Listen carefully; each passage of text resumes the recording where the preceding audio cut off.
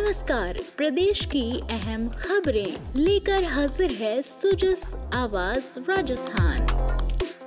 मुख्यमंत्री अशोक गहलोत आज कोटा दौरे पर रहे। मीडिया से बातचीत में सीएम ने कहा कि जनता को स्वास्थ्य का अधिकार दिया गया है, इससे उन्हें बड़ी राहत मिलेगी।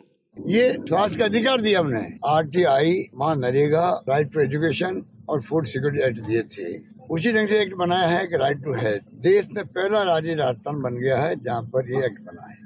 अब होता 55% आप जो आमदनी होती है परिवार की, ये सर्वे कहता है देश का 55% आमदनी परिवार की राजस्थान के अंदर भी वो जाती है खाली खर्चे के अंदर, आपके स्वास्थ्य के खर्चों में, हेल्थ के लिए। वो अगर बच रही है उनकी तो डॉक्टरों की खुशी होनी चाहिए।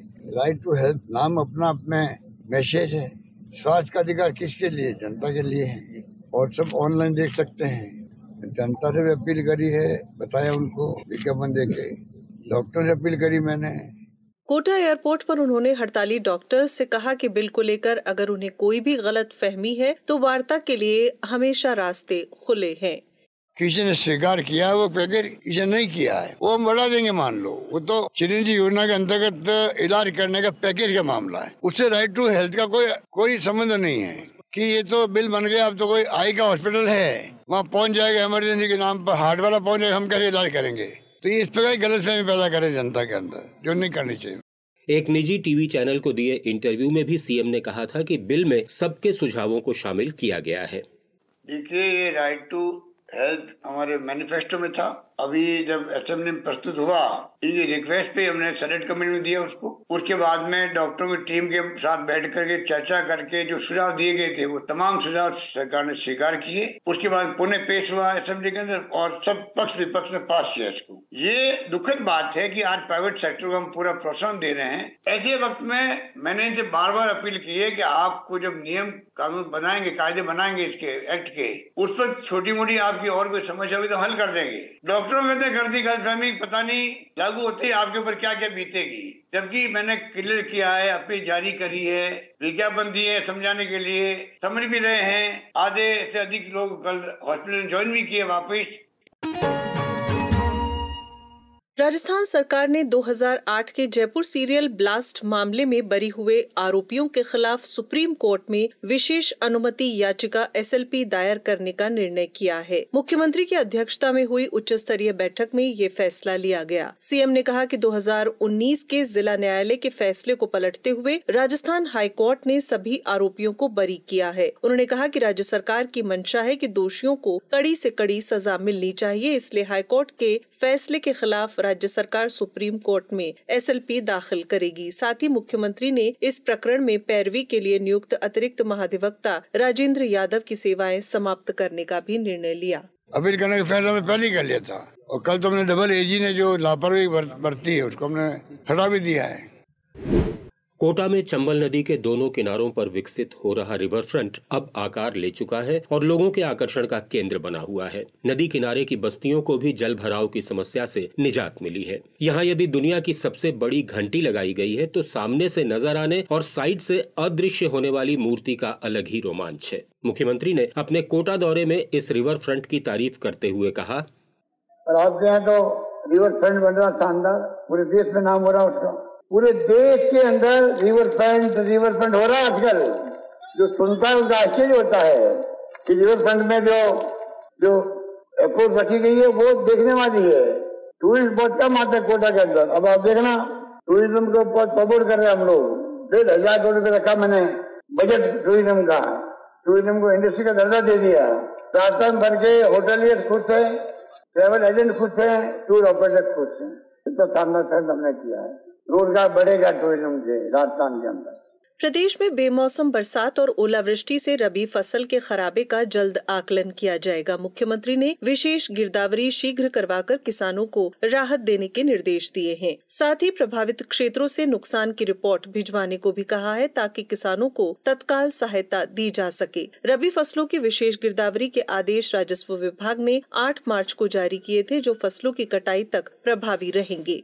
प्रदेश में आज से सरसों और चने की समर्थन मूल्य पर खरीद शुरू हुई। सहकारिता मंत्री उदयलाल आंजना ने बताया कि इसके लिए 94,000 से ज्यादा किसानों ने खरीद केंद्रों, ग्राम सेवा सहकारी समितियों और क्रय विक्रय सहकारी समितियों के जरिए रजिस्ट्रेशन कराया है। इसके लिए 20 मार्च से ऑनलाइन पंजीकरण शुरू किए गए थे। उन्होंने बताया कि किसानों को किसी प्रकार की परेशानी हो तो वे टोल फ्री नंबर पर संपर्क कर सकते हैं। प्रदेश के 8 लाख छोटे और सीमांत किसानों को संकर बाजरा बीज मिनी किट्स वितरित किए जाएंगे। इस पर 16 करोड़ रुपए की लागत आएगी। मुख्यमंत्री ने वर्ष 2023-24 के बीज किट के लिए 16 करोड़ रुपए के वित्तीय प्रस्ताव को मंजूरी दी है। राजस्थान मिलेट्स प्रोत्साहन मिशन के अंतर्गत कम उत्पादकता वाले 15 जिलों में मिनी किट्स का वितरण किया जाएगा। इनमें अजमेर, बाड़मेर, बीकानेर, चूरू, हनुमानगढ़, जयपुर, जैसलमेर, जालौर, झुंझुनू, जोधपुर, नागौर, पाली, सीकर, सिरोही और टोंक जिले शामिल हैं।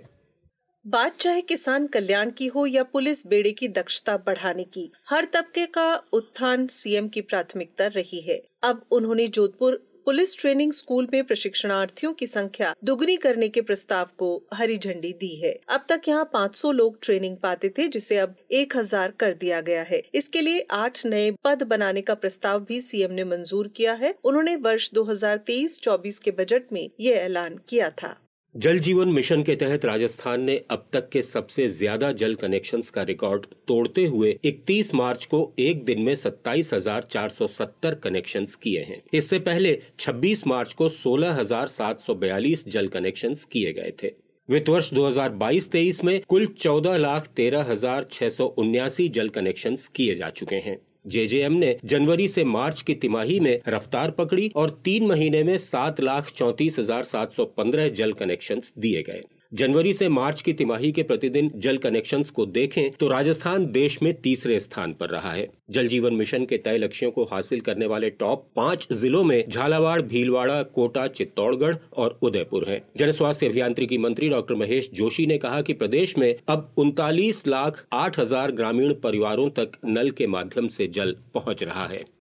भारत निर्वाचन आयोग ने मतदाता सूची में नाम जुड़वाने के लिए अहर्ता तिथियों में बदलाव करते हुए 1 जनवरी के स्थान पर साल में 4 बार 1 जनवरी, 1 अप्रैल, 1 जुलाई और 1 अक्टूबर को अहर्ता तिथियां घोषित की है। इन तारीखों को मतदाता सूची में पंजीकरण कराने के लिए पात्र होने वाले आवेदकों से अग्रिम रूप से नाम जुड़वाने के लिए फॉर्म 6 में आवेदन करने की सुविधा दी गई है। मुख्य निर्वाचन अधिकारी प्रवीण गुप्ता ने बताया कि इन तारीखों पर मतदाता सूची में नाम जुड़वाने के लिए लगभग 4,80,000 अग्रिम आवेदन मिले हैं। अब सुनिए जिलों का राउंड अप।